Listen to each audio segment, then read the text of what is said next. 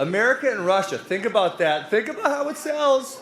Think about that. 165, 165 isn't happening. By that point, we're going to have 20-0 Ben Askren versus 27-0 Khabib. Someone's O's got to go. America versus Russia. I will get on his back and I will chant USA. This bitch! Hype trains are in every sport, and what usually draws the masses in to either watch them put on a spectacular performance or lose in devastating fashion. Today on Keenan KTV, it's Broke Frog here covering the top 10 hype trains that got derailed. Number 10, Kron Gracie. The son of a legend was presumed to be unstoppable after his last performance, showing his immense strength and grip against Alex Caceres, gripping his body, his afro, getting a hold of him and choking him out with ease in round 1. His next opponent was a veteran in Cub Swanson, coming off a 4-fight losing streak, who has many losses by submission. It was not looking good for Cub past his prime, going up against a young, strong Kron Gracie. He had the whole MMA community doubting him. He showed that there's levels to mixed martial arts, giving Kron Gracie some beautiful liver shots, dousing his liver with left and right hooks, piecing Kron up and making Kron miss, stuffing his takedowns, making Kron frustrated until the final bell, with Kron losing to Cub by unanimous decision, proving that age is only a number. In MMA. Number 9, Johnny Walker. Johnny Walker's fights have been known to be flashy, quick, entertaining, starching his opponents left and right with supreme timing and beautiful combos. Celebrating too hard in his last fight, injuring his shoulder, Johnny made his long-awaited return back against a determined Corey Anderson that was out for vengeance against the whole UFC. Once again, everybody predicting another first-round KO for Johnny Walker. The train kept going. As Johnny was taking pictures with the MMA fans during media day, Corey was getting yelled at and cussed at in the streets during media day. And guys from New York, I train in New York weekly. And you hear these New Yorkers saying, oh, fuck you, Corey, you about to get knocked out by Johnny Walker. This is a Brazilian. I'm one of your own. And you disrespect me? But that didn't matter to Corey. Corey came in the octagon with a chip and dip on his shoulder and steam coming out of his ears as Johnny looked calm, as he usually does. But seconds later, Corey pressured him, giving him no respect, pinning him to the cage and going for takedowns, standing his ground in front of the unorthodox. Corey then disrupted his rhythm and timed an amazing right hand, essentially ending the fight, putting Johnny Walker on wet noodles. Corey Anderson smelt the blood, smelt the hype, and unleashed several strikes before the ref stepped in. Moments after the TKO, Corey Anderson expressed how he felt towards the UFC and the fans, resulting in a sweet, satisfying victory against one of the biggest hype trains the UFC has ever seen in the recent years. Number 8, Gokhan Saki. Gokhan Saki was a kickboxing phenom that had many eyes on him coming into the UFC. He started off strong, starching Henrique de Silva in the first round via knockout. But his next opponent was a game Khalil Roundtree Jr. Many thought this would be another kickboxing clinic, but quickly found out Khalil was a different animal. Khalil's quickness reading his attacks led to Gokhan's downfall, getting dropped with the right hand and finished with the follow-up strikes in the very first round. Number 7, Gregor Gillespie. Gregor Gillespie's wrestling regimen was nothing that was overlooked, staking his claim as one of the best wrestlers in the UFC. With his clean, quick techniques, he rose to the top of the lightweight division with future plans fighting Khabib. But he stumbled into a fighter who was obsessed with holes and also had similar endeavors of fighting Khabib in the future. His name is Kevin Lee, a complete meme at this point, with nobody taking Lee as a serious threat to Gregor considering how dominant his last performances were. But it was a different story inside that cage, with Kevin Lee seeing Gregor's holes early and capitalizing on them. With his new training camp with Firas Zahabi, Kevin Lee set up a beautiful head kick with a strike down the middle to guide Gregor's head into the bone marrow of his shin, completely turning out the lights and shocking the world. derailing Gregor's plans with Khabib and putting the memes to sleep for now. The folks know what time it is. It's Khabib time, baby. Let's hear it for your winner, Kevin. You know, Khabib's been ducking me for like I said, for 2 years now. I feel like I've been seeing that man's game for years now.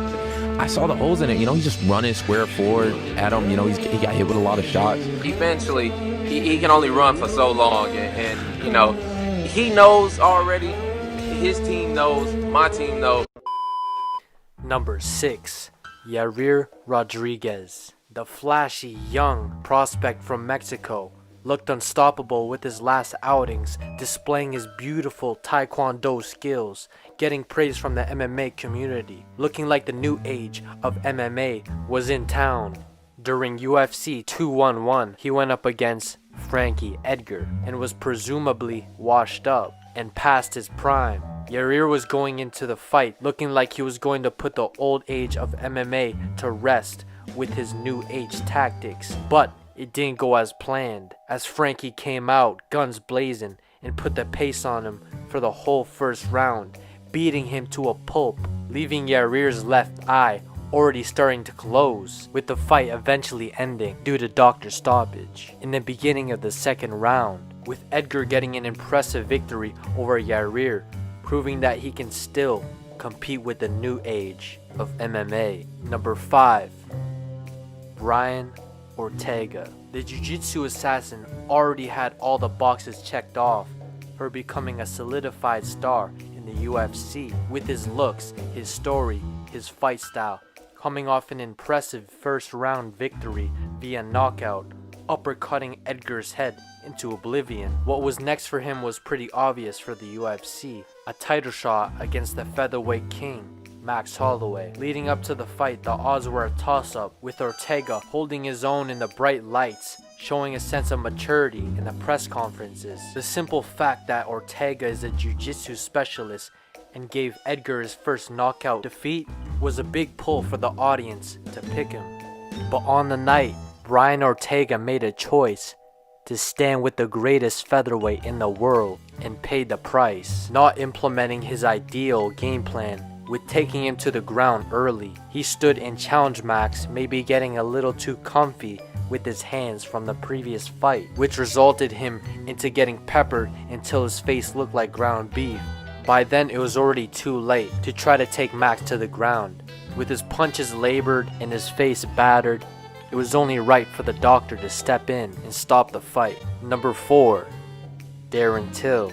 Darren Till was on a tear throughout 2015 to 2017, ending his fights in devastating fashion, showing off his understanding of range and timing, getting comparisons to Conor McGregor, not only with his fight style, but the way he carried himself and the fans he garnered. It was something the UFC would see and push to a title shot. Beating Stephen Thompson in a close chess match, he humbly took the step back and said he didn't deserve the fight with Woodley, but the UFC proceeded and saw Till's potential to carry the UFC for the next couple years. It also ended quickly too, as Till and Tyron sized each other up and were both patient. Tyron was aware of the physical specimen Till was, getting his takedown stuffed and getting backed up to the cage so easily in round 1. But in round 2, after defending and patiently waiting, Till finally threw his infamous 1-2 with full force, but Tyron saw it coming from a mile away and slipped the shots, coming back with a straight right to the dome of Till, dropping him. Tyron then went for the kill, serving him elbow after elbow, clattering off his skull. He then sunk in a darce choke to finish the fight, and Till went on to lose another fight, viciously, against the BMF, Jorge Masvidal. Number 3, Michael Venom Page. The theatrical, supreme skill of MVP was once in a lifetime. The swagger, the entertainment, the skill was all there. Being undefeated at 14-0, he looked untouchable, either starching his opponents in the first round or outstriking them until the final bell.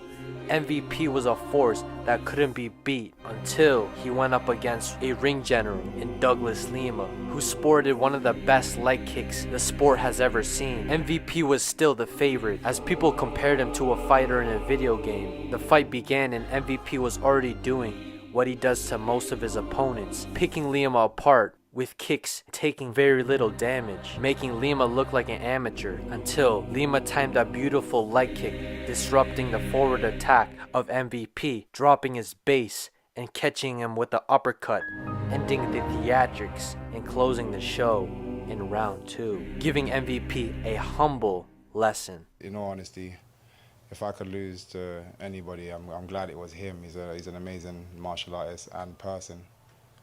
So like I said, you know, right the way through, I've said I respected this man. So if I could lose to anybody, it would have been him.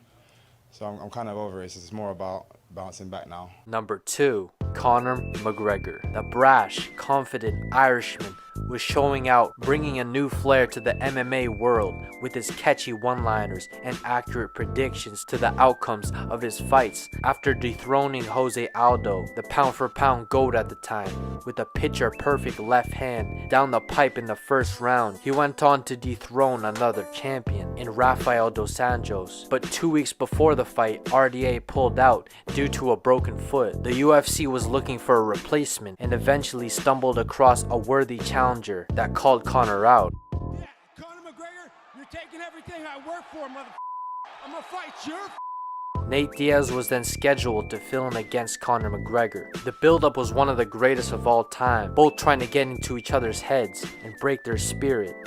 But on fight night, one spirit was broken. After a strong start for Conor McGregor, piecing up Nate Diaz, showing that he's on another level of striking, he began to gas out and started becoming sloppier, leaving openings for Diaz to capitalize, which he did, coming in with his lanky, weird 1-2, connecting right on the jaw, stunning Conor, making Conor think he was Jordan Burroughs for a second, going for a double leg takedown, leading to his misery. Nate giving him some ground and pound and easily taking his back, and the rest was history. Now, before closing in on our number 1 spot, here is my honorable mention. Marcus Perez, aka the Joker. Marcus Perez is kinda known for the strange stare downs, but this time he fully committed to cosplay Joker, captivating the fans with his epic weigh-in. He had the MMA community watching, but when he stepped under the bright lights, he looked like an amateur, man. He was throwing some cool stuff, but he didn't have the stamina to even throw them consistently, and he wasn't accurate, like simple as that, which resulted in him getting out-wrestled and treated like a little brother on a Saturday afternoon, losing by unanimous decision. I mean, if he painted his face as the new Joker, maybe it would be a different result. Would Joaquin come to the fight? Yeah, I don't know about that.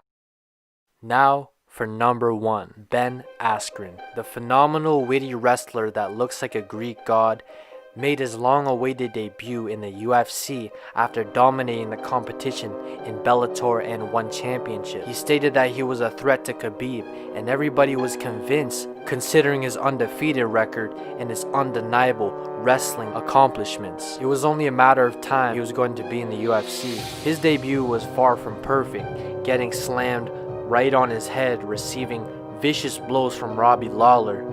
He looked like the most durable fighter in the UFC from the shots he was absorbing from Robbie Lawler, probably one of the most powerful strikers in the division. Ben survived the storm and gained composure, going right back to his bread and butter, wrestling him and eventually getting the tap with the bulldog choke. Of course it was controversial, but then again it garnered him even more attention, which he took advantage of, calling out the winner of Darren Till versus Masvidal. With Masvidal winning, Ben took things to a level where he couldn't go back, disrespecting Masvidal's manhood and forever making Masvidal an enemy. On fight night, Ben looked confident as usual, expecting to dominate like he always does, continuing his rise to fight Khabib, as George, sitting back on the cage, hands behind his back, and then the knee that ended the hype train of Ben Askren and his career. Ben went on to lose again, getting choked out against Damian Maia.